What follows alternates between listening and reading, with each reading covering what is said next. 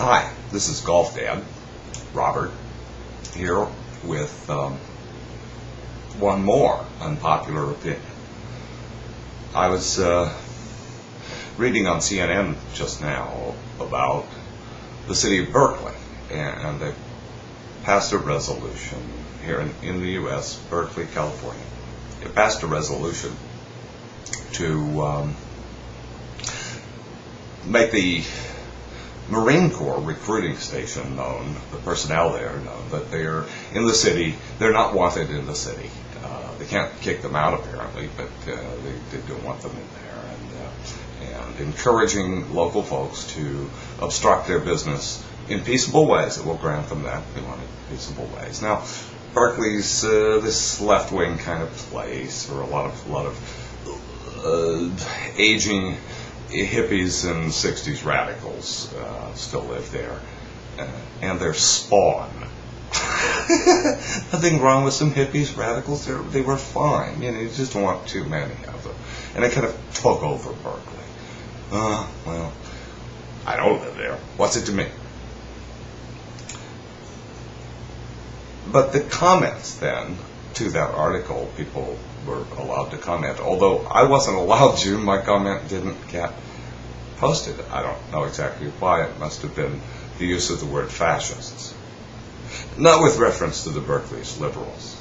Although I think they are fascists, most of them, but that's another story. What I want to say is, America's invasion of Iraq in 2002 was probably the most single significant strategic blunder we've ever made in our entire history. I can't think of a worse one. It was dumb. It was the product of a stupid man. That would be our esteemed president. 1 year to go. Long year. We went there, and we went there in insufficient troop strength, on the cheap. Another blunder. We ought not to have gone. But you see, we did.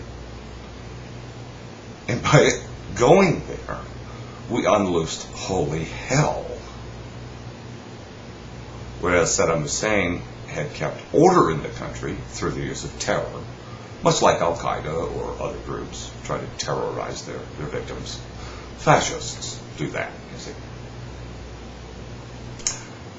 And he went ahead and he kept the lid on and kept all these people quiet, and those who weren't, of course, regretted it real quickly and significantly. And we went in.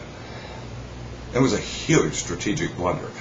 Please note, I don't say moral blunder. It's perfectly fine. I could have gone over and knocked off Saddam Hussein. It would be perfectly moral to do so. He had no legitimacy whatsoever. But it was a strategic blunder. But we did it. And by doing so, we changed the whole place. Leaving, as apparently the City Council of Berkeley would like to make a statement in favor of, would be the second worst blunder we ever made in our history. We now have to stay there and clean up the mess. Specifically, we have to kill the fascists. That would be those Islamists, the Wahhabists, who don't want their people to be free, who don't want women to have any rights whatsoever, who certainly don't want any form of democracy to come to exist anywhere in Muslim lands, so-called Muslim lands, as though nobody else could live there. Okay. We have to defeat the fascists. Then we can leave. And the Iraqi people will be just fine. Or so I hope. We have to stay there to make sure that blogger on, Iraqi blogger on the web, the gay guy, doesn't have his balls cut off and stuffed in his mouth by the fascists.